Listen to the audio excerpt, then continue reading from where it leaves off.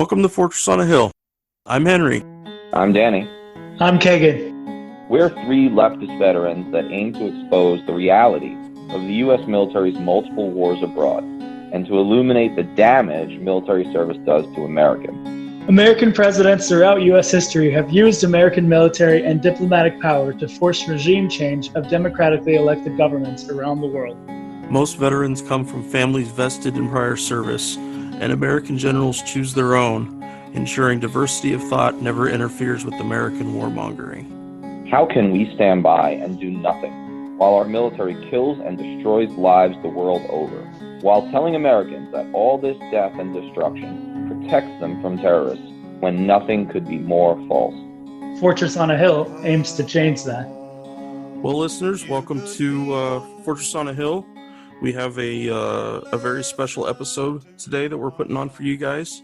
It's been a long time coming, and we've talked about it for a long time, and we're finally getting to it. We are going to spend the duration today talking about Senator Bernie Sanders and all of the good and the bad, the pros and the cons, specifically on foreign policy. Not that he doesn't have a lot of good domestic stuff, but that's what we deal in, and so that's what we're talking about today. Before we start talking about it, though, I did want to throw out a few highlights for anybody that isn't super familiar with Bernie and would like a cursory understanding of why we support him. Bernie did not vote for the Iraq War, something almost every other member of Congress did. He has been unafraid to call out U.S. regime change in its many forms, and something he has done for a long time. He believes wholeheartedly in working to empower and protect the Palestinian people under occupation by Israel, one of only a handful of members of Congress to espouse such beliefs. He has voted no on a huge host of military budget spending bills. Again, probably one of the only people to do that consistently. He is very committed to ensuring the U.S. doesn't go to war with Iran, which has been on everybody's mind lately, especially with the assassination of General Soleimani. He has been a loud critic against the U.S. involvement in the war in Yemen. And my personal favorite thing that I'm sure we'll discuss later at length is that Bernie has said that he will not use the Espionage Act to criminalize whistleblowers. So, Danny, why don't you jump in there and... Yeah, absolutely. Look, those highlights are vital, and they've informed my at first cautious and of late more full-throated support for Bernie. I just wanted to say before we jump in, I think it's fair for the listeners to know that I've been volunteering for the Bernie campaign in limited capacity for the last few months, especially the last few weeks, and so take what I say. Not with a grain of salt per se, but with the knowledge that I have a position on this. I am involved, and so there is a degree of bias. And with that, let's jump in. So I want to start with a quote. I don't recall when Bernie actually said it, but I think it really informs where a lot of his foreign policy positions come from. And he said, a guy named Adolf Hitler won an election in 1932. He won an election, and 50 million people died as a result of that election in World War II, including 6 million Jews. So what I learned as a little kid is that politics is, in fact, very important. And just a little note with that is that Bernie's family did lose many relatives in German-occupied Poland during the Holocaust. So that, that really gives somebody a front row seat to what American foreign policy and what war in general is all about. As a high school student, he ran for student body president on a platform that included raising money for Korean war orphans. He came in third in the election, but the school took up his cause anyway. He applied for conscientious objector status during the Vietnam War. And as far as I know, he is the only prominent politician I've ever heard say that. Or even say they considered it. His application was eventually turned down, by which point, thankfully, he was too old to be drafted. And it's important that everybody contrast that with President Trump getting a deferment for bone spurs, or President Clinton, who famously went to Canada instead of risking being brought into the military in Vietnam. He has been active in the civil rights movement and the peace movement for the majority of his life. He attended Dr. Martin Luther King's "I Have a Dream" speech in 1963 in Washington. He fought against segregated campus housing during his time at the University of Chicago and in the Chicago public school system. For those who are Bernie fans, if you have seen a photograph of him being arrested, that was him fighting against segregation in the Chicago school system. His early political career was characterized by several long shot runs for statewide office under the banner of the left-wing Liberty Union Party, which he also chaired for some time. In the 1970s, Bernie ran for governor twice and Senate twice under the party's nomination, but he polled in the single digits in all four races.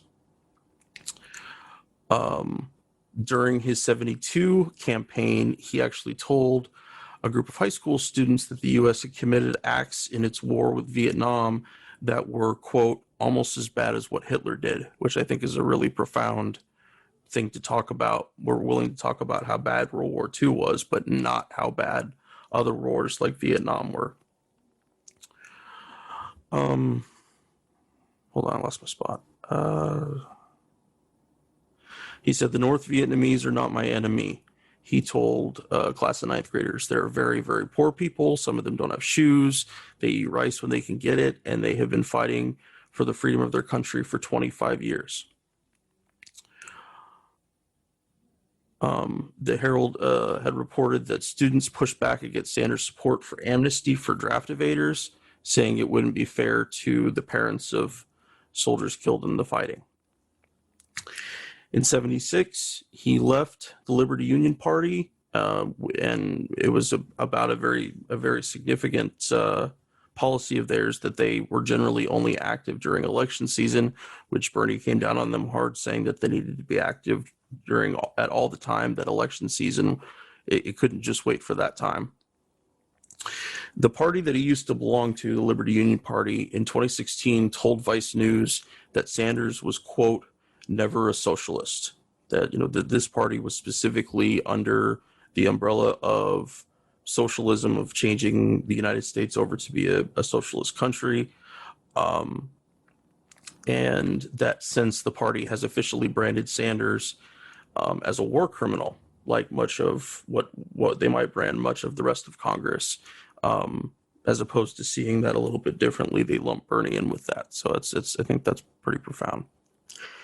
After he was elected in Burlington, his city hall office was decorated with a poster of Eugene Debs, who a big hero of ours here on the podcast, who ran for president on the Socialist Party ticket in the from the 1900s to the 1920s. I believe the same poster or plaque, whatever it is, has been hung up in his office, in every office he has held up through the Senate. He also made a short film strip on Eugene Debs prior to entering office as part of his work as the director of the American People's Historical Society in Burlington. And give me just a second here. I have a clip of that I want to play for you guys. In September 1918, when the court was about to sentence him to his jail sentence for opposing World War I, the 63-year-old Debs fixed his eyes upon the presiding judge and spoke his philosophy of life. Your Honor, years ago I recognized my kinship with all living things, and I made up my mind that I was not one bit better than the meanest on earth. I said then and I say now that while there is a lower class, I am in it. While there is a criminal element, I am of it. And while there is a soul in prison, I am not free.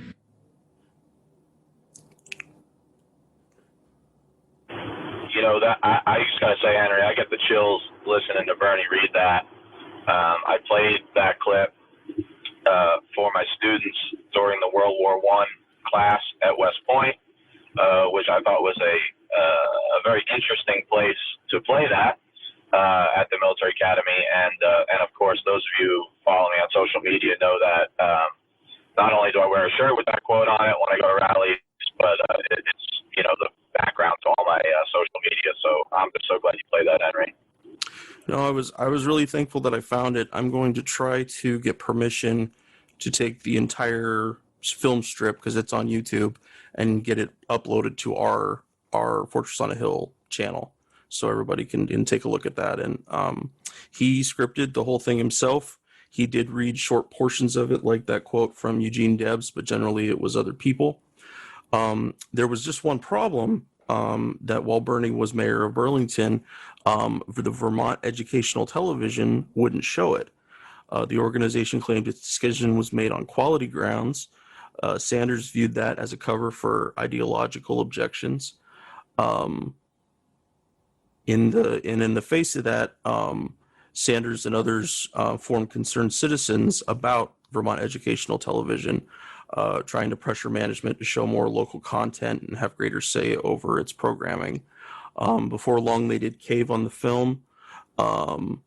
More importantly, it formed a board made of community groups like farmers, feminists, artists, and the poor to make decisions about public television. However, there was at one point, Bernie wouldn't actually let it air when it was finally released, because the workers for Vermont Educational Television were on strike. And he said that playing it at that point would be an insult to Deb's memory. But when the strike was over, the film was finally shown. So just to get a little more specific here with some of Bernie's views on foreign policy, he appreciates that for most people, the U.S.-led world order has failed to deliver on its many promises. In various speeches, Sanders has highlighted the manifold crimes the United States committed throughout the so-called American century, overthrowing Iran's Mohammad Mossadegh in 1953, contributing to the ouster of Chile's Salvador Allende in 1973, and supporting murderous regimes in El Salvador and Guatemala, just to name a few. Because Sanders actually acknowledges the villainous behavior of Americans during the era of so-called U.S. leadership, he is willing to forthrightly place limits on U.S. power. In a statement he gave on Venezuela, he declared that the United States has had a long history of inappropriately intervening in Latin American countries, and categorically asserts that we can't go down that road again. In 1985, Bernie was the highest-ranking U.S. official to visit Nicaragua at the time and met with President Ortega. In his book, he called the trip profoundly emotional and praised Ortega. And that also led to Burlington, Vermont, and Managua, Nicaragua becoming sister cities. A few years later, in '88, Bernie actually went on his honeymoon in the USSR before the collapse. The trip was actually also part of an official delegation from Burlington to cement the two sister cities' relationship. Bernie says, quote, "Trust me, it was a very strange honeymoon." He also visited in Cuba in '89 with his wife. He tried to meet Castro, but it didn't work out, and ended up meeting with the mayor of Havana and other officials there. At the time, Sanders mentioned how proud he was of Burlington's international diplomacy efforts. Quote, "Burlington had a foreign policy because, as progressives, we understand that we all live in one world," end quote. Now, that doesn't mean that everything was always hunky-dory during his early time. There was a protest that happened at the gate of a General Electric factory that they have there in Burlington. And the peace activists were protesting because it was the one factory in the U.S. that actively made Gatling guns. So any Gatling gun on any vehicle or any other use was going to come from there. And peace activists obviously feel very strongly about all of that. Sanders was upset with them for, quote, "blaming the workers," end quote, and not focusing their attention on the federal centers of strategic thinking on U.S. foreign policy. Sanders accused the activists of pointing the finger of guilt at working people. He reportedly came around to opposing the sit-in after meeting with the workers' union leaders. He said not everyone has the luxury to choose where they're going to work.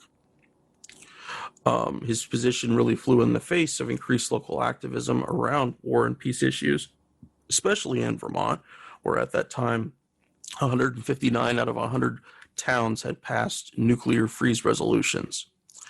And this wasn't part of my era, but I wanted to contrast this with another thing from Bertie's history, and it's about his statements in support for F-35s being stationed in Vermont. It's a major contradiction in his opposition to out-of-control military spending. And not only did he support the F-35, he pushed, despite local opposition, to get those fighter jets stationed at the Burlington Airport for the Vermont National Guard. So take that as you will. Moving forward a little bit to his time in the House and the Senate, he was steadfastly opposed to the 2003 war in Iraq, but he did support the Iraq Liberation Act of 1998 under President Clinton, which declared that regime change in Iraq should be the official policy of the United States. So then we come to Bernie's overall voting record. And this was an article done by Medea Benjamin at Code Pink. Secretary Sanders is the best voting record of any candidate on war and peace issues, especially on military spending. He's only voted for 3 out of 19 military spending bills since 2013. By this measure, no other candidate comes close, including Tulsi Gabbard. In terms of stopping the war in Yemen, over the past few years, himself, along with Senators Murphy and Lee, have led a sustained effort to shepherd a war powers resolution bill through on Yemen, with Ro Khanna supporting that in the House. He supports U.S. withdrawals from Afghanistan and Syria and opposes U.S. threats of war against Venezuela. But his rhetoric on foreign policy sometimes demonizes foreign leaders in ways that unwittingly lend support to the regime change policies he opposes, as when, for example, he joined a chorus of U.S. politicians labeling Gaddafi in Libya a quote-unquote thug and a murderer. And this was shortly before he was murdered by U.S.-backed thugs. So the big question they brought up in this article about his voting is that which Bernie would we likely see in the White House? Would it be one who has the clarity and courage to vote no on 84% of the military spending bills, or the one who supports military boondoggles like the F-35 and can't resist repeating inflammatory smears of progressive leaders? So that's all I have to say about that. I feel like we thanks, that was great. That was really good. I feel like we have to thank a lot of his pushback. Well, I mean, he is one of those politicians who actually listens to people, right? And he's willing to consider other points as well as his own, but he also, has very strong beliefs on himself about interventionism. So, but like, I mean, the guy who's been heading his foreign policy this time around in this campaign, Matt Dust, he used to work for Center for American Progress, which unfortunately has become a lot more hawkish lately. But anyways, he left that to start the Foundation for Middle East Peace. And that has been really focusing on the Israel-Palestine conflict and, trying to push back against the AIPAC pro-Israel stance, like without considering the Palestinian perspective. So I think that's, like, to me, that's one of the biggest things why he's been a lot more vocal. And I mean, listen to the last debate. He said, like you mentioned, Henry, like he mentioned the Chile and Iran and the other, he mentioned U.S. interventions in other countries on a presidential debate stage, which no other candidate in history has done, really. Like, at least in a major presidential candidate. So, like, that's pretty amazing, and I think we have to give him props for that. So, I mean, but yeah, like, we have to take their whole account into play, but I think the fact that he's got someone on his side that is really pushing for these progressive policies in foreign policy is great. Yeah, absolutely. You know, Kagan's going to get more into this and talk about some of these things. There are some problematic votes in his past, and then I'm going to sort of parry back with Chomsky, who's not known as a waffler on principles, right? Has been on every interview of late, every interview he gives, which is amazing at 90, just how clear-sighted he is. He's been arguing for lesser of two evils, which is not something that you would expect Chomsky to argue for. But, I think taking that, he says that because the human race is facing extinction, that now, to some extent, not like Joe Biden, lesser of two evils necessarily, but, lesser of two evils or accepting an imperfect, impure, candidate is a necessity when one party, which includes not just the Republicans, but the DNC hawkish wing of the Democratic Party, when one party, either denies climate change in the case of the Republicans or espouses dangerous up to and including nuclear first strike policy, which he sees as the two existential threats, right? Climate change and nuclear annihilation. I think what I'm going to argue later, after we point out the very important flaws, right, in the Sanders past, is that, we really can't afford to miss this opportunity because the human race may depend on it. And I think when you look at that record, it was profound, okay, in that he mentioned, interventions in Central America and regime changes and CIA coups on a debate stage. I mean, that's a topic that was literally beyond the pale until the other night. I mean, unheard of. You can't say that stuff in polite company, in polite two-party system company, or you're a pariah. And I think that does demonstrate a lot of courage. The Cuba thing showed some courage. We're going to get to that. But, the easy answer would have just been to play nice and just, say Castro's a monster and leave it at that, or apologize for his comments. And I think he has shown courage. Debs-like courage to some extent. Eugene Debs-like courage. And, those 84% of the times that he voted against the military budget bill, that's risk. That's risk. Because the minute you vote against the military budget, what the Democrat establishment and, of course, the conservative monolith is going to say. They're going to say you're not supporting the troops. And so, yeah, I mean, that's a pretty principled stand. And, Henry, I think you did a really good job of kind of bringing us up to date, right? Bringing us up to 2016. And what I like is the way you talked about his youth and his early career to show that this guy was not assembled like Mayor Pete, was not assembled in a DNC lab.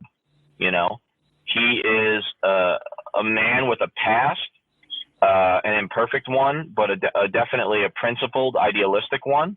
And I like that about Bernie, that he strikes me as authentic for the most part. And of course, I'm showing my colors, and I'll get to more of this later. But yeah, great job, Henry. That was really awesome. And I learned something from listening to you, and I know our listeners are, because they have real lives and don't have their noses in a book as often as I do. No, Bernie, it's very clear from going through his history to see how he ended up where he wanted to go. And, his divergence with the Liberty Union Party back in the day, it wasn't about principles. It was about trying to get things done. And his choice to be an independent for most of his career allowed him to stay away from the fray in a lot of ways. But it also meant that he wasn't getting, people weren't constantly banging on him about what they're supposed to do. Like you mentioned, Danny, about what happened in Central America, and that you can't mention it as in polite company.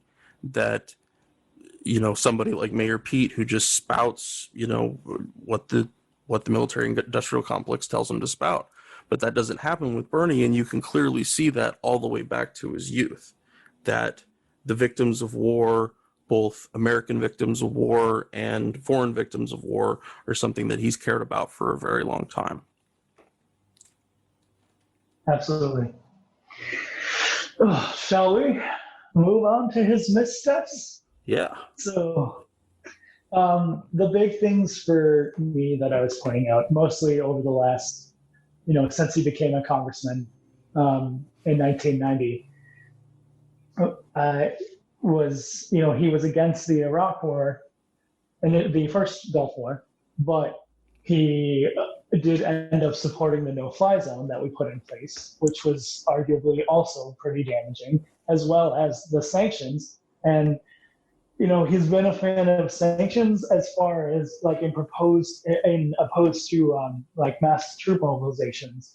But as we know, economic sanctions often end up hurting the working people and the poorer people more than it hurts the government.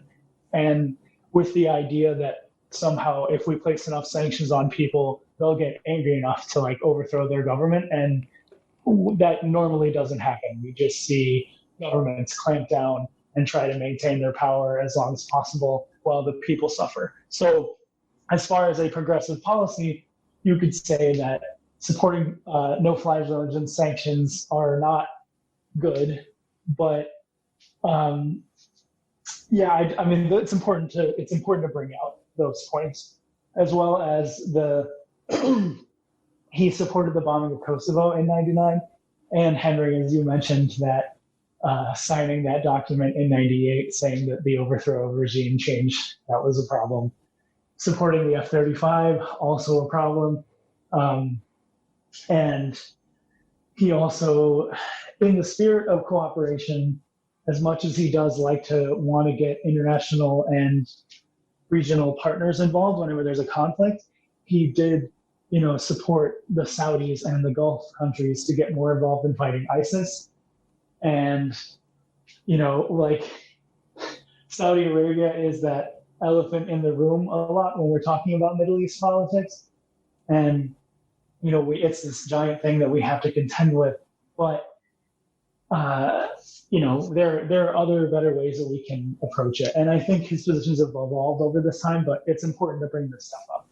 And, I liked, Henry, that you brought up the thing about protesting the General Electric or the factory that made the guns, because it's like we have to acknowledge that like manufacturing in this country is terrible, but the one part of the manufacturing industry that is alive and well is the defense contractors and making the weapons. And so he has to balance that. Anybody has to balance that, the like what my constituents need as far as work and jobs and skills that they can use, with the greater mission of like those things that are good for those people end up helping this giant military industrial complex, which is not good for people. So that kind of leads me to my bigger point about just the harder thing when it comes to neoliberalism, is that we look at growth as we tend to look at growth only when it relates to GDP, right?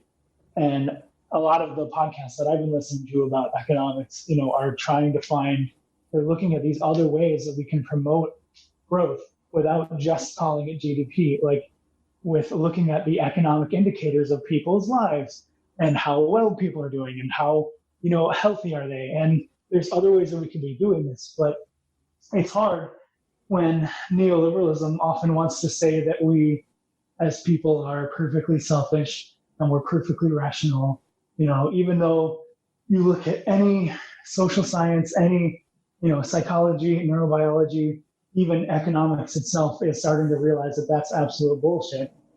But we still have to push back against that. And it's hard when there's all these counter narratives about what we as progressives, are thinking. At least for me, it's, being collaborative, working together, looking as far as foreign policy goes, looking towards diplomatic solutions before we use force. And if force is necessary, like not having America be the spearhead to try to get what it wants, but allowing people who are in the region who actually will be most affected by it to be the leaders. And I think that, that he has the most comprehensive policy when it comes to that. And so that's why I support him more than any other candidate, is because he's really pushing for those structural changes in our society that continue to make things harder for regular working class people. It's not that, he's perfect by any stretch of the imagination, but it's like he's the best person we have now. And we have to, like you said, Danny, when it comes to, we have to accept imperfect people sometimes. And like, he's definitely the best option we have, but it's like, we need people who are going to be able to get together and make things work, even if their ideologies aren't, entirely the same. But the thing that I get really pissed off when I hear people think that he's so radical, because everything that he's proposing is stuff that like FDR proposed, and it's stuff that the Germans and the French take for granted.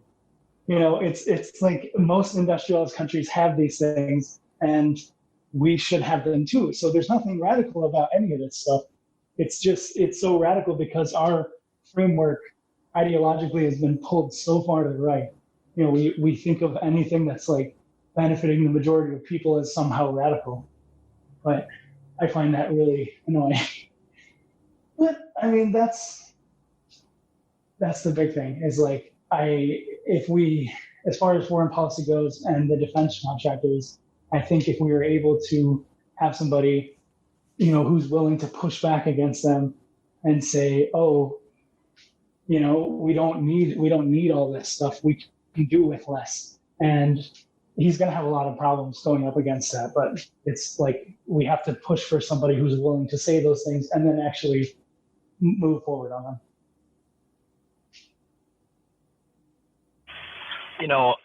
I do think that it's important to point out the imperfections and some of the contradictions in Bernie's career, because as I was joking before we started recording, and listeners, we are going to start recording the banter a little more, and probably start releasing it as bonus material, as long as you guys don't share it and get me more hate mail. And I don't want to upset my handler, Vladimir Putin, too much. So yeah, I've started to just lean into that. I've started to just lean into the Putin apologist, Putin asset jibes that I get.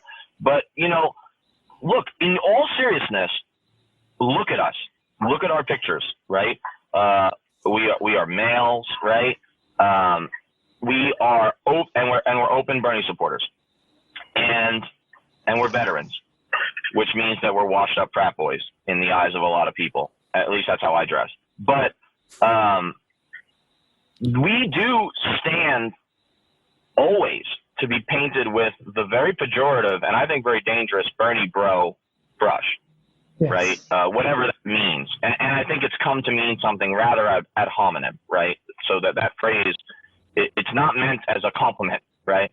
And so I think that in order to show some level of, nuance, and that we've thought through these things and that we're not just cheerleaders, we have to point some of these things out. And I will say that, while the F-35 is problematic, while some of the rhetoric around Gaddafi, not that he was a good guy, but some of the rhetoric around these dictators is dangerous and maybe sets the stage for some of what follows, I do think that the most awful thing, hold on one second, guys. I have to edit this, sorry.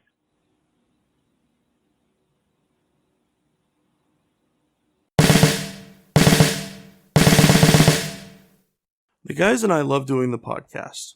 Being able to share our experiences in the military with allies and supporters means the world to us. But we can't do all the work. We need you to share an episode of ours with somebody, anyone whom you think might be affected by it. Maybe a young person looking to join the military, or parents advocating for one, conscientious citizens who care about the violence the U.S. wages in their name, advocates for women and people of color who understand the harsh environment the military can create for minorities and also inflicts on minorities across the globe. and anyone else you think it might affect, please take a minute and share this with them. Now, our podcast is supported in a few different ways. First, there's Patreon, where we're blessed to have an array of wonderful supporters helping the guys and I pay for some of the podcast's expenses. Those who contribute $10 a month or more will be mentioned here as an honorary producer, helping keep you, our listeners, stocked with new episodes. But you don't have to contribute $10 a month to help us. For as little as $1 a month, you can help us keep going, paying for hosting and storage fees, transcribing old and new episodes, promoting and expanding the podcast, and other crap I can't think of right now. So let's bring out these honorary producers, and they are Will Arends, Gage Counts, Fahim Shirazi, Henry Zamota, James O'Barr, Adam Bellows, Eric Phillips, Paul Appel, Julie Dupree, Thomas Benson, and the Status Quo podcast. Your contributions are wonderfully helpful to us. Thank you very much. However, if Patreon isn't your style, you can contribute directly to us through PayPal at paypal.me/Fortress on a Hill. Or please check out our store on Spreadshirt. The great Bill Krapinski did an awesome job designing our first shirt, which you can find at shop.spreadshirt.com/Fortress on a Hill. Check for promo codes before you order. And now, let's get back to the podcast.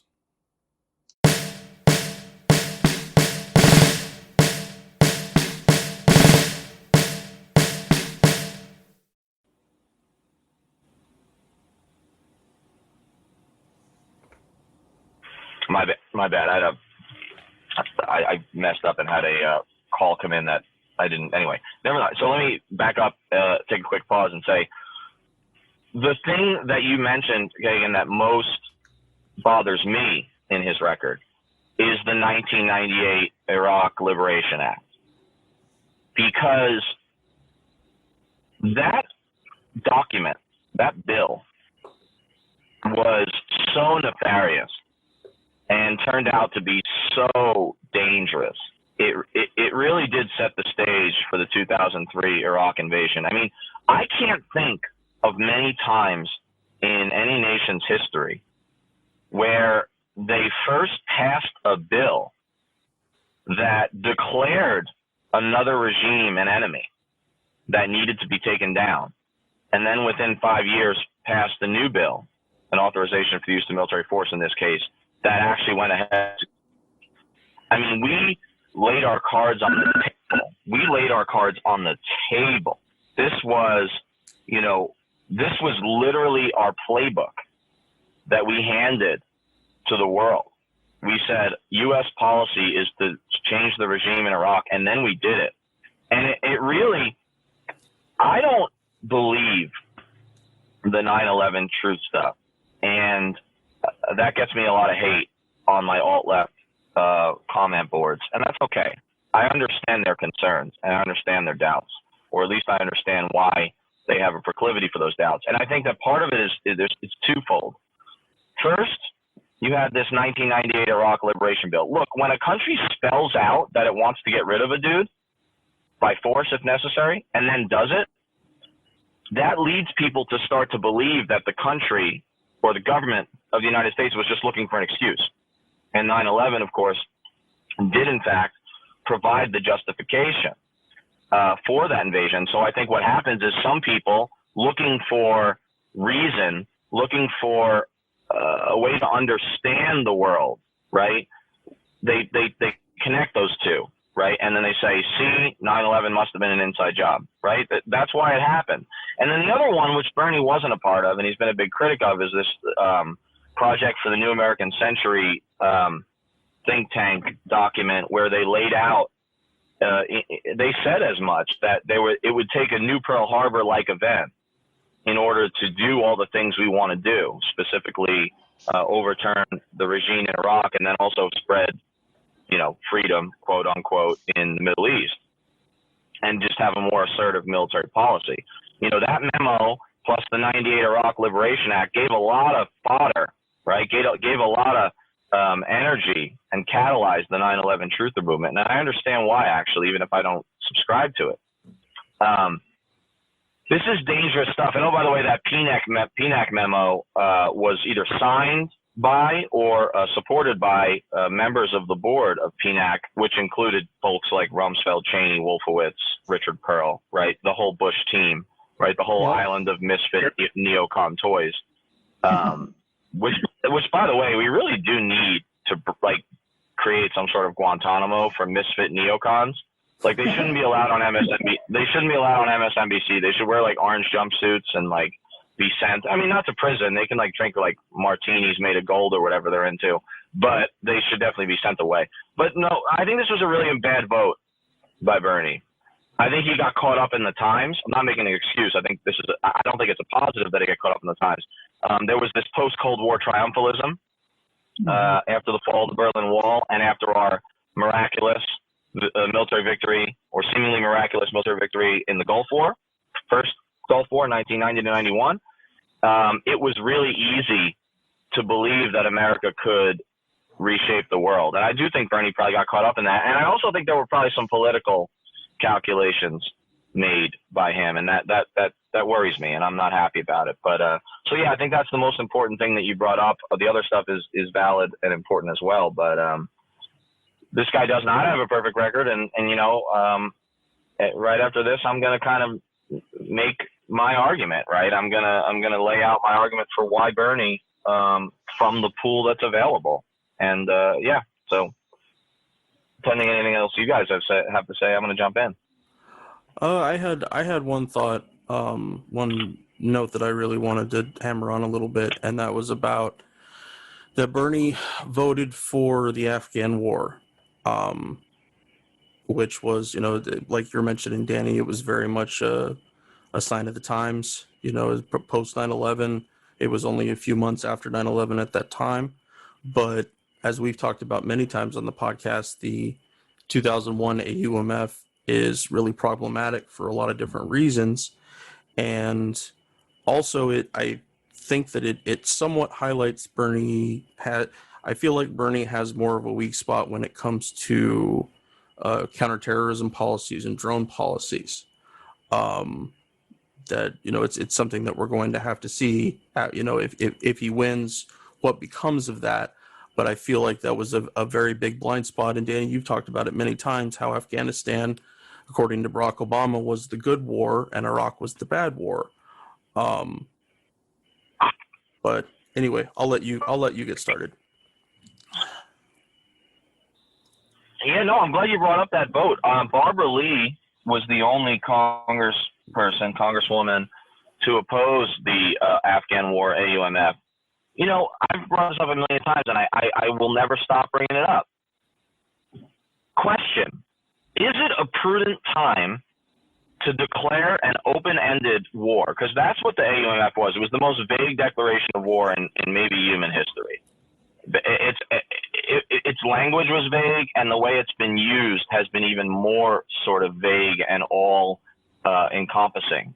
We are fighting groups in countries today that did not exist on September 11th, 2001. That's how broad this AUMF was that Bernie voted for. The thing was so broad that it was prescriptive and prophetic. It encompassed future enemies, right? Which is not what sanctioning war is. I'm sorry, guys. It's not what sanctioning war is supposed to be about. It's not what it's supposed to be about. Barbara Lee voted against it. She was literally shaking, she has said, when she gave her 1 minute, 30-second spiel about why she was voting against it. I honestly profoundly recommend that every single reader take a minute 30 out of their life, Google Barbara Lee, vote against the AUMF, and listen to her comments. They are so prescient. It's disturbing to see how nervous she is up there, because she's taking a principled stand at a time where that was a dangerous thing to do politically, but honestly, in post 9/11 America, where Muslims were getting beat up, it was also probably physically dangerous for her safety. Bernie voted for it. It was terrible. My question is it a prudent time to vote for an open-ended war, to sanction an open-ended war, 3 days after the worst attack on American domestic soil and history when literally Ground Zero was still smoking. Okay, my uncles were there digging for their friends, and it was still smoking. It was still smoking to some extent weeks later. This is not the time to make rational decisions, and I think Bernie got caught up in that as well. Let me pivot now to Bernie versus the rest. I work on a volunteer basis for the Sanders campaign. I did a phone bank just the other night on Thursday night here in Lawrence, but I was calling folks in Super Tuesday states, mostly Massachusetts and California. If you've ever, for your sins, volunteered for a campaign, you know that phone banking is goddamn brutal. I mean, you got to have a thick skin. Not quite as thick as canvassing, because then you got to actually look motherfuckers in the eye.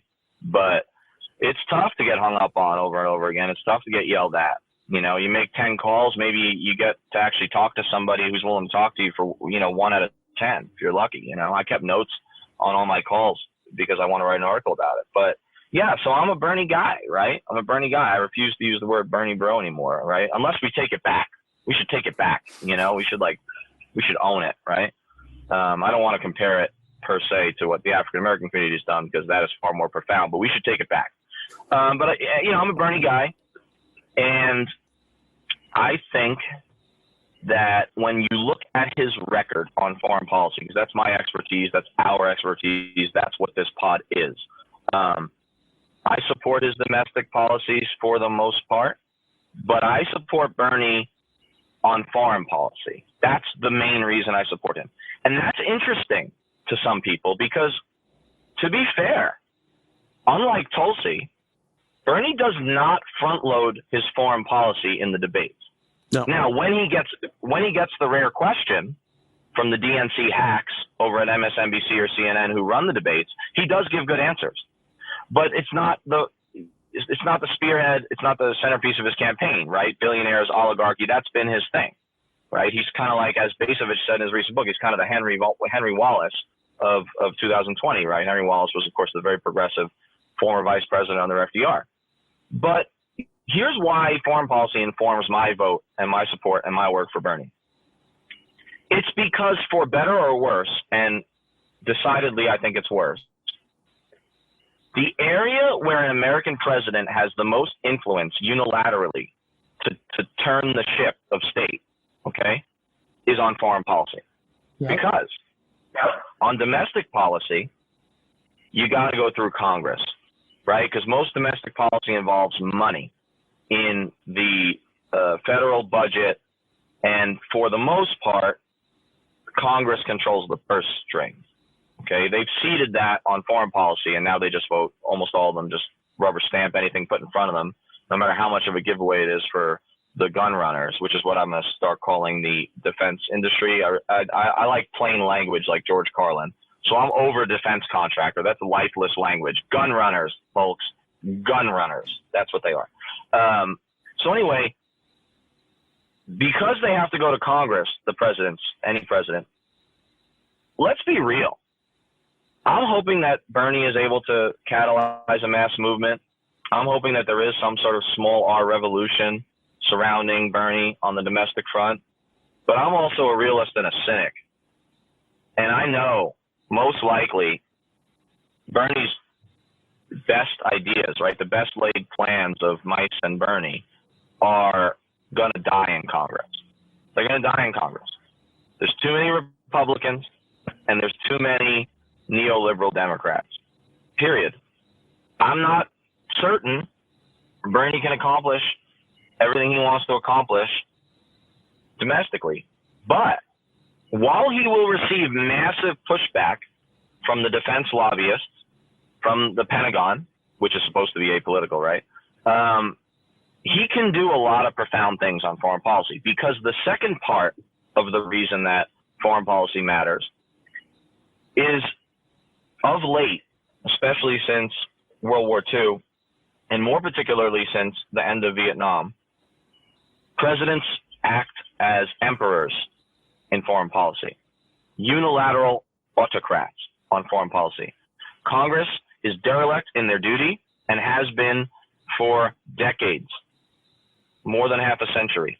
We don't declare war anymore.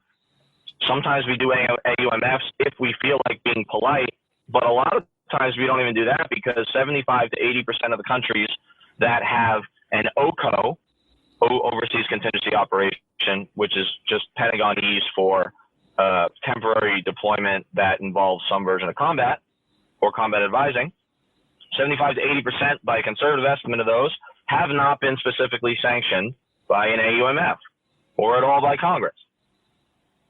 So presidents have almost complete latitude when it comes to foreign policy.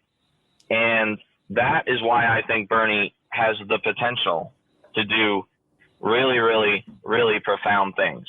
And that's why I'm going to front load foreign policy as I talk about him.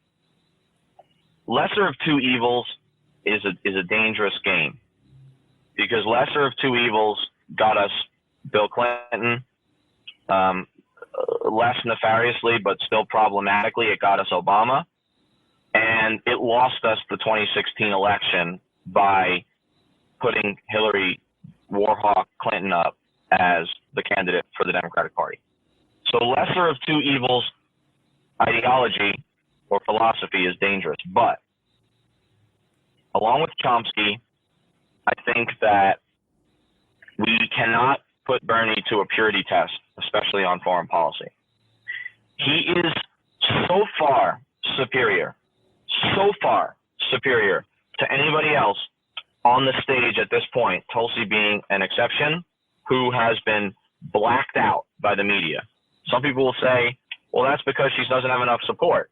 I would tell you that the evidence demonstrates that she was blacked out long before it was clear that she didn't have enough support. So I think what we're doing is we're confusing causation and correlation here. Look at Bernie compared to everybody else on that stage on foreign policy. Let's just do a quick review of who's still in the race in a meaningful way. Bloomberg, billionaire Bloomberg, still won't apologize for his support and cheerleading for the Iraq War. Recently, he still said he would support the Iraq War if he could go back. Outside of that, it's unclear if Bloomberg has much of a foreign policy, really. Which takes us to Amy Klobuchar. She says some of the right things about regime change wars. She says some of the right things about removing troops from Afghanistan. But she's a hedger. She's a mainstream hedger. When she's not yelling at her staff, she's hedging. She's reportedly yelling at her staff. She's hedging. And what she hedges on is she says, well, I'm going to pull, like a lot of them say, I'm going to pull the combat troops out of the Middle East. Oh, the combat troops. Well, what she means is she's going to keep other troops there. Of course, as we all know, language is a funny thing. And it's really easy to stretch the English language and redefine again and again just what constitutes a combat soldier. And in the Obama years, he liked to play with what even constitutes a boot on the ground. Yeah. I mean, literally, I was like, well, wait, does the color of the boot matter? Does it matter which company makes it? Are they Rockies? I mean, this has been twisted, right? This has been twisted. That's what frustrated me so much. Like during his first term, and it's like he'd say, "Oh, we don't have boots on the ground." I'm like, well, then who the fuck am I talking to that's sitting in this country right now? Like, what the fuck?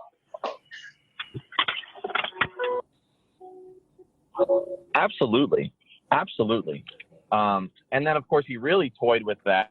And Marty Dempsey, who I think was as far as they go, a really good chairman of the Joint Chiefs. Partly I'm biased because he sings Irish songs on top of tables at parties and taught English at West Point, English literature. So admittedly, I'm biased. But, Marty Dempsey actually criticized this a lot when he was Joint Chiefs and a little bit after he left, the way that Obama toyed with the language of combat troops, because as we know, truck drivers die in ID strikes, and just because you call a Green Beret an advisor doesn't mean he's not a lethal weapon combat soldier, right?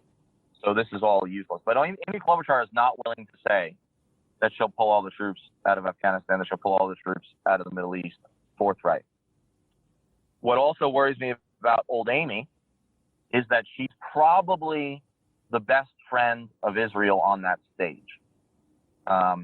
Israel's right-wing government, okay? This is not against Israel. I believe in the survival and security of Israel. I'm sorry I even have to say that. I wish I didn't just say that. I shouldn't have to. But she is an AIPAC favorite. She's a regular, right? She's a regular at AIPAC events. She's like a Springsteen groupie for AIPAC. She's always there, and she always says the right thing. I am deeply disturbed by her position on Palestine. Okay, that takes us to Wall Street Pete, right? Or CIA Pete. I don't know. I'm not sure what I think about the whole CIA thing. I think maybe some of it is a misreading of his unit, but whatever. I don't like Pete. Pete was actually assembled in a DNC lab. I've seen the footage. It was very Frankenstein's monster. It was very interesting. I'm kidding, but Pete is a DNC hack, and I think a plant to some extent. I mean, not to be too conspiratorial, but like when they thought he might be the best alternative, although now I think Biden will take that role after South Carolina, which just happened yesterday. But just happened yesterday. He peddles his military service, a few months largely spent as a driver, as a naval reservist in Afghanistan, as somehow qualifying him for the highest office in the land. I don't believe, by the way, that you have to have had long-term military service in order to be a good commander-in-chief. I don't think that that's necessary, and I don't even necessarily think that that's always a positive. But I'm uncomfortable with the way he uses his limited military experience as his qualifier, which I think is an insecurity about his small town mayorship, right? Or small city mayorship. Because, they said Obama was unqualified because he was only a senator for 4 years, and he was a state representative or state senator before that, and he was a evil socialist community organizer before that. Of course, Jesus was a community organizer, but nevertheless, so that was used against him. And I mean, Pete's record or qualification on paper is much worse than Obama's, right? So he uses his military service, and I don't like that. I don't like the way he uses it. Some people might say that I use my military service to further a career, and to some extent I do use that as a platform. But I also think that I hope that I take it beyond just the experiential and try to ground it in philosophy. I don't think Pete's done a great job of that. Pete also has hedged on combat troops coming out. He's hedged on Afghanistan. He's hedged across the board on the Middle East, and he's shown himself to be a venal politician in a lot of his attacks on Sanders, especially regarding Cuba, when, of course, Bernie correctly identified that the education system and the healthcare system vastly improved under Castro's government. So that's Pete. Then there's really the only guy that matters that's left is Uncle Joe. And Uncle Joe, Scranton's own, is the most problematic, I would argue, on foreign policy, because Joe has the most significant record on this, more so even than Bernie Sanders. He's been a senator since he was in his early 30s. He has voted wrong. He has voted wrong or has been on the wrong side of history at almost every single turn, at almost every single pivotal foreign policy decision or vote of the last 50 odd years that he has been in the Senate, or either a senator or presidential campaign, administration, vice president, etc. He's been wrong about everything, guys. Everything. Even more than Hillary, because Hillary didn't jump into the Senate till 2000. Yeah. His record is appalling. His Iraq vote, the way he misrepresents his position on the Iraq War of 2003 ought to be disqualifying. If the Democratic Party had a soul or a principle at all, he would be disqualified. in the eyes of Democrats and in the eyes of the establishment of the party, because he is a liar, or at least a serious obfuscator. He says that he voted for the Iraq War thinking that Bush would only invade if they sent, the weapons inspectors in again and maybe got some UN support. Of course, that is not at all how the AUMF read. Joe was the head of the Senate Foreign Relations Committee forever, okay? And at that point, he knew exactly what that bill said. He knew exactly what it said. So first of all, that's a lie. Second of all, he likes to say that he was the first person to one of the first people to turn against it and lead the opposition to that war. Okay, Joe did come around. And actually, Joe said some reasonable things about how Iraq was inevitably going to divide into its three constituent ethnic religious parts. He did say that. And by late 2004, he's a leading voice about that. But what about 2003? So the insurgency kicks off hardcore in the summer of 2003, mostly the Sunni insurgency at that point, because it's former Baathists and some Islamists.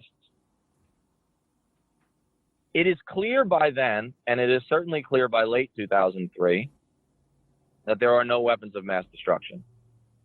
It is also clear by that point that there was no relationship between Saddam Hussein and his sworn enemy, Al-Qaeda Islamists. Okay?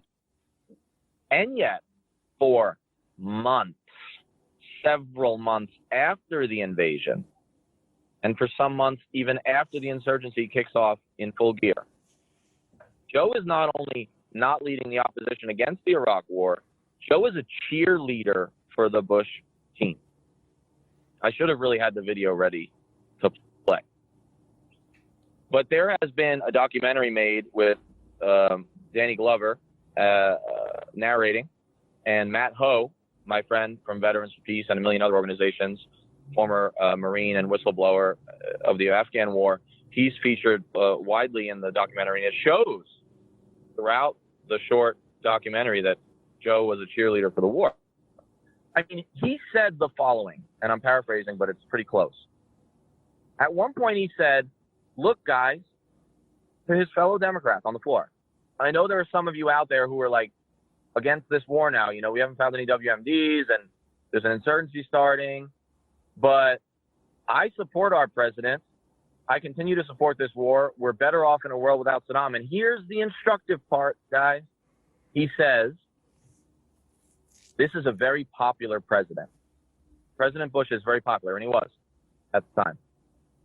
And I want to support him. Now, that's an odd thing to say, right? If you're straight talk, express, Amtrak, principled Joe, right? If you're that, like you say you are, why would you mention the president's popularity polling on the floor when defending your support for him? Very odd, isn't it? But also very characteristic. It tells us who Joe Biden is. Joe Biden is an insider's insider. Joe Biden rides the crocodiles in the swamp. That's who he is. And he's been wrong about everything. Okay? He has taken some stands that were correct eventually, but he's almost always a latecomer to the game. He's never in the vanguard, and he's not going to be in the vanguard in the goddamn Oval Office. He ain't. Which brings us to Bernie. We talked about his record, and I'm not going to rehash it, even though every iota of Danny wants to rehash everything because he loves his voice. But Bernie's record makes all those other candidates combined look stupid, look ridiculous, look foolish. All the positives of the other candidates combined don't add up to 1/10 of the positive of Bernie on foreign policy. And I should back up and mention Liz Warren. Liz Warren is not going to win, it looks like. And she's impressed me at times on foreign policy. I've liked Liz, it should be said, for a long time.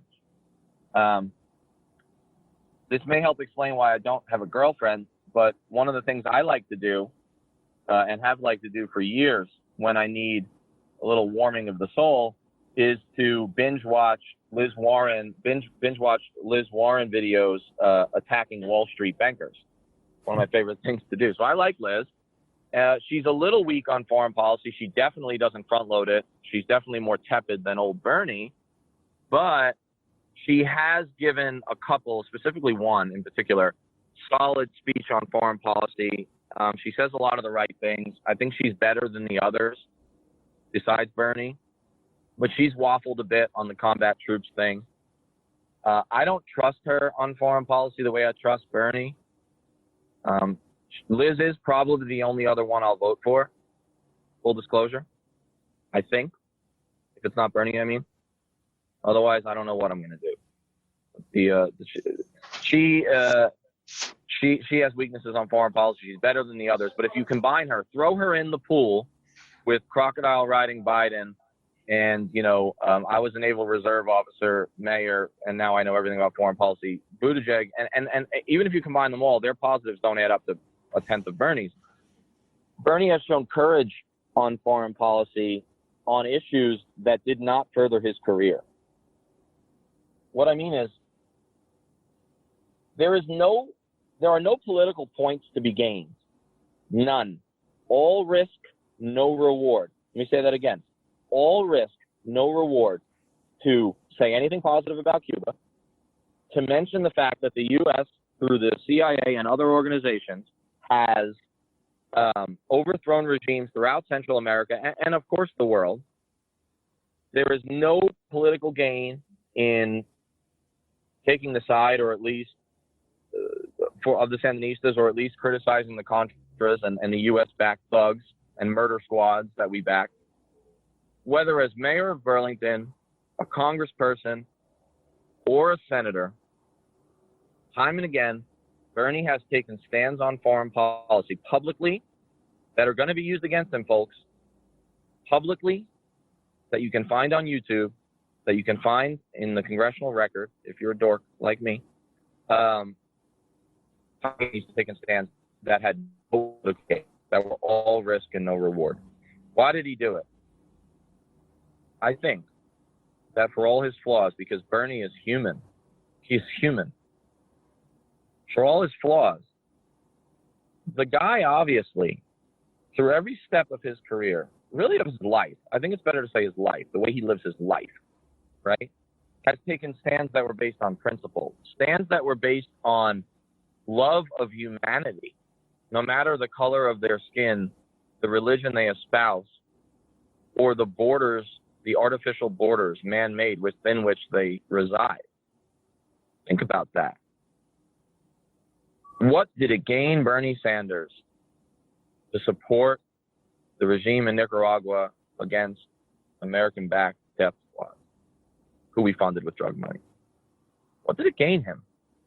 He didn't need to go to the left of anybody. In Vermont, safest seat possible, right? I mean, he didn't need to oppose American neo-imperialism in Latin America in order to stay mayor of Burlington. He didn't need to do that to stay congressperson. Even in Vermont, it was more risk than reward. And yeah, I recognize, I do, I'm not stupid. Like, I recognize that Bernie got away with a lot because he represents Vermont.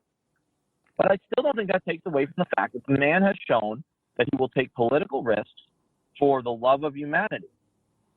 And that's why, and I'm going to end with this actually for once. I'm going to end on this so we can talk about other stuff, or stay within our timeline for once. I'm going to end with this. Bernie was the perfect guy to read Eugene Debs' statement before the court, before he was sentenced to federal prison for 10 years. He said that he recognizes that he's no better than the meanest of the earth, that he has a kinship with all people, and that so long as there is a lower class, he's in it, and so long as there is a criminal element, he is of it, and so long as there is a soul in prison, he's not goddamn free. I'm ending with that because who better than a man who's taken political risks time and again, imperfect, but political risks time and again that did not benefit him, for the downtrodden of this world. He said that even though he was a mayor of a small city in a small state, that he had a position on foreign policy because as a progressive, a true goddamn progressive, he recognizes that the issues of the people of the world are the issues of all of us. And that's that kinship with his fellow man that Debs talked about. And I know in my heart affected Bernie because he was making documentaries about it before it mattered, when it wasn't cool, when it didn't benefit him with his left-wing base. So you show me a Democratic field in a time of climate extinction, in a time where the doomsday clock is closer to midnight, as put there by the Bulletin of Atomic Scientists, smart guys, about nuclear war. You show me a time when the human race is a greater threat to extinction, arguably, than ever before. And then you show me the candidates that the DNC is spewing up, or the billionaire class is spewing up. And then you show me a Bernie Sanders, and goddamn it, I'll give American democracy, I'll give the system one more try. And that's my plea for Bernie, guys. I love what you said about, like people often ask me why I care so much about foreign policy. And I say exactly what you said about that the president has more power, especially since 9/11. Like they have more power to do anything unilaterally when it comes to foreign policy than anything else. And beyond just that, it's like, if we want to have the domestic policies that are going to affect the majority of people, and what I consider to be true centrism, like Jesse Jackson talks about the moral center, and so he says like Medicare for all, it's like ending student debt, like those are morally centered things to do because it's what's going to benefit the most people, not ideologically what's in the center, because honestly, the parties, the establishment, they only care about the rich people because that's who they get their money from. So if you want to talk about moral centrism, you're talking about these domestic policies that the progressives are pushing. The only way we're going to get that done is by pushing back against this giant beast of the military-industrial complex. And so we have to confront foreign policy before we confront domestic policy. I mean, we can do them simultaneously, but honestly, like the only way we're going to, everyone keeps asking him, how are we going to pay for it? We're going to pay for it by ending these stupid programs like the F-35 and building, brand new carriers and destroyers that don't even fucking work. And spending all this money, like the fact that the floor for the defense budget never goes down, like we need to address that. Like how much money do people actually need? And we have to start talking about it from that perspective, because that's going to make all of those other domestic policies so much easier. And I mean that's where I come from. The biggest concern I have left about Bernie is something that is very widely known now about Barack Obama, is that in his run up to being elected, he talked about a lot of anti-war topics. Now, Bernie is, in my opinion, a much more genuine leader than Obama was, especially going over the history that we've just discussed. However, people need to know that when Bernie does get in the White House, there's going to be shifts. There's going to be situations maybe out of his control, some things that he can't control. My point is that we're going to keep watching, despite, and I feel comfortable speaking for the three of us on this, that despite us really wanting Bernie to become president of the United States, we're going to critique him. We're going to critique everything that he does, everything that he says about foreign policy, and we're going to hold his feet to the fire. He talks about not me, us. That is about that. And there may come a day that Bernie is no longer the prominent progressive, whether if he passes away as he is an older fellow, or other people come up in the party like AOC or other leaders of that. I just want to point out that this will be a continuing process for us, and to anybody listening, let it be a continuing process for you. Don't, we're not going to put things down on January 20th of 2021 when the executive branch changes in a ginormous fashion. And we need to remind everybody to do that for themselves. Yeah, you bet your ass we will.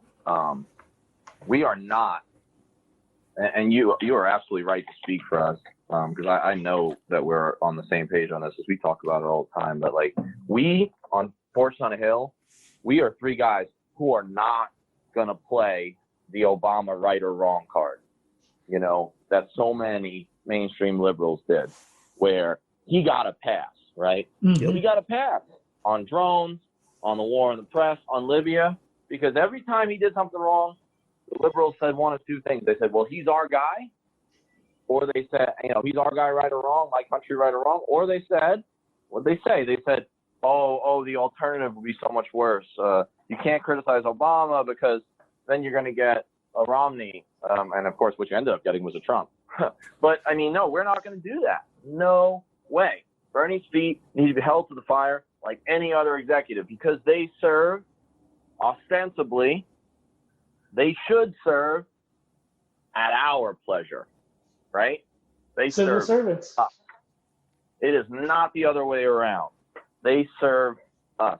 And Bernie is going to have to be held to the fire, especially on foreign policy, because, as we mentioned, Kagan and I in particular, that is where he's going to have the most power and latitude. And so, look, if he waffles, if he goes back on it, if he makes political calculations that are against the principles that we espouse, or against the good of humanity and our own strategic, safety and ethics, I'll tell you where you're going to find me. You're going to find me on the street with a megaphone, boring the shit out of everybody. Whether Bernie's president or Trump's president, that's where we belong, because this is the long game, man. This is the long game. This isn't about winning the 2020 election. Mm-hmm. Winning the election is like, God, that's barely the starting gate for the troubles ahead of us, right? Yep. So, yeah, we're going to hold his feet to the fire. Thanks for saying that, Henry, man. I wish I would have thought of that. That's so important. That is what scares me. Honestly, like, say he becomes president, a situation happens, he goes into he meets with the NSC, and like, I fucking hope whoever he chooses as SecDef or whoever he chooses as his national security advisor, I hope that they align with his principles of, diplomacy before force and cooperation. I hope that he picks, and I'm sure he will do his best to do that. But when it comes down to it, a situation happens and he gets in that room, and then there's people being like, we need to do X, Y, and Z right now. We don't know what's going to go through his head in those moments, like what he's going to do. All we can do is that we hope that he falls back on these principles that he's followed his whole life. And the optimist in me would love to see that is the case, but it is a big, big hurdle to overcome for just one person or one administration. So, yeah, like you said, Danny, this is a long game, and we just have to keep pushing through it. And yeah, we're always going to be on that side of things. A quick note is that I don't know if you've seen any of the articles, but there's this article about I forget what website it's on. Pretty mainstream. It said, I think the title something like, what would a Bernie Sanders cabinet look like a potential Bernie Sanders presidential candidate cabinet look like? And shortlisted, actually top of the short list, I don't know if I believe it, is Andy Bacevich for Secretary of Defense. Oh, fuck yeah. My muse, my hero.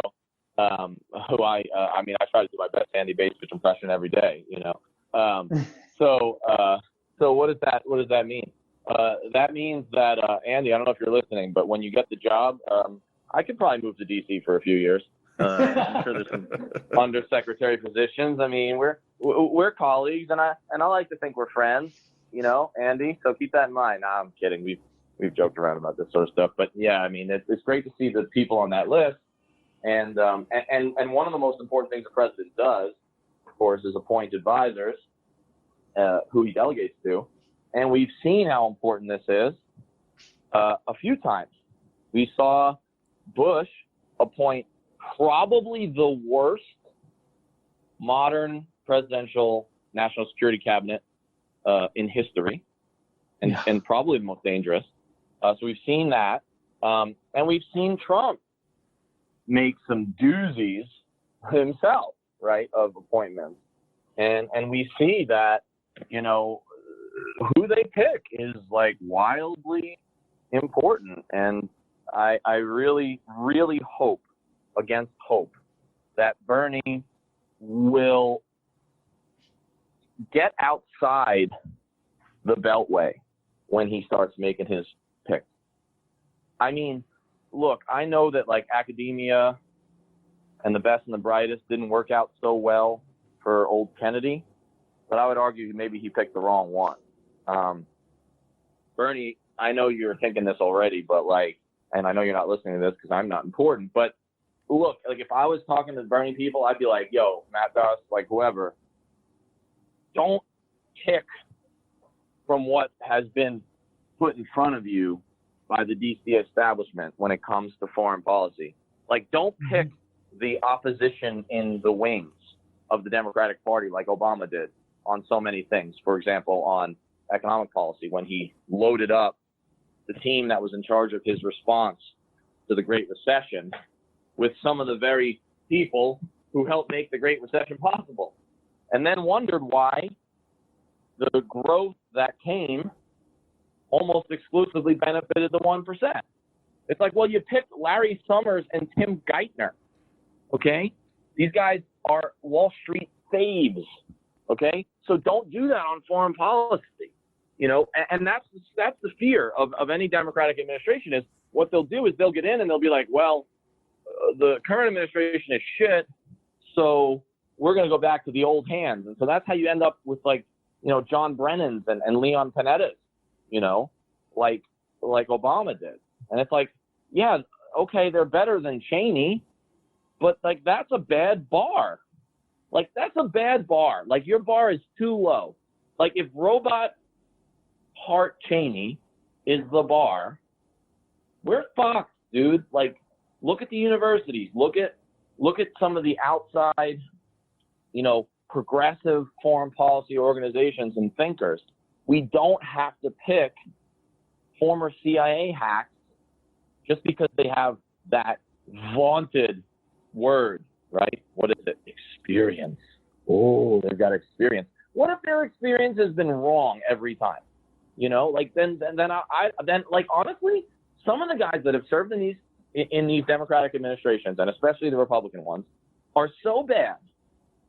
Like Paul Wolfowitz was so bad that I swear on the God I barely believe in that if you literally went to Washington Square Park right after the weed runs out in New York City and randomly plucked somebody out of the off the bench and said, hey, you're the Undersecretary of Defense for Policy, we would have been better off.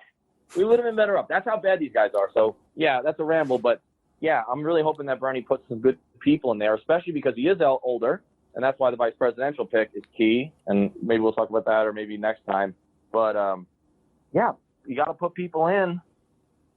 Basevich even being considered for Secretary of Defense is amazing. I mean, it's the equivalent of if Obama would have made Liz Warren Secretary of the Treasury. You know what I mean? Like right after the crash. I got to give Liz Warren credit on that stuff, Like that, it would have been the equivalent. It's like picking somebody to dismantle the system. It's beautiful. The fact that Basevich would even be shortlisted, to me, is a huge thing, and I'm really proud to read it. Okay, that's enough.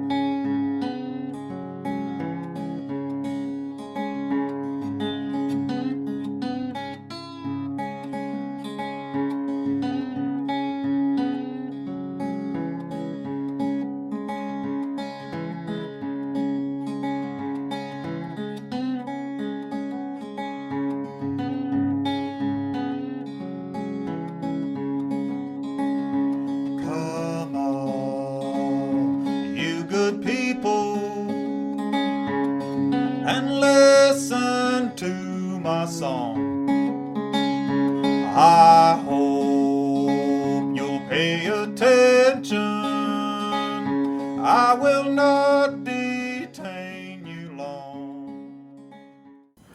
We're on Twitter at Fortress on a Hill, and also at Facebook.com at Fortress on a Hill. You can find our main blog page and our full collection of episodes at www.fortressonahill.com. iTunes, Stitcher, Google Podcasts, Patreon, Spotify. You name it, almost anywhere you listen, we're already waiting for you. And hey, we're always in the market for more Patreon supporters. Please consider becoming a patron at patreon.com. And if you're not into giving us a monthly payment, think about giving us a couple bucks on PayPal. The link is in the show notes. Skepticism is one's best armor. Never forget it. We'll see you next time.